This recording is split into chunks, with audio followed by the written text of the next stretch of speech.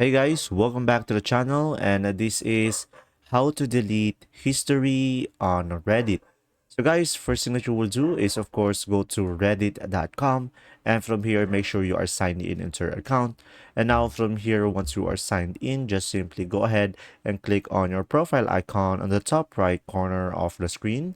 And from here, a drop down will show up, and just simply go ahead and go to the settings over here.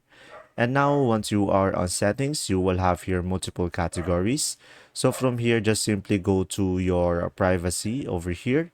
And after that, down below, you should be able to see here clear history. So guys, from here, just simply click on clear over here on the right side of the screen. And after that, you should be able to clear your post views history or your history on Reddit. And that's simply about it. I hope this video help you understand more about Reddit.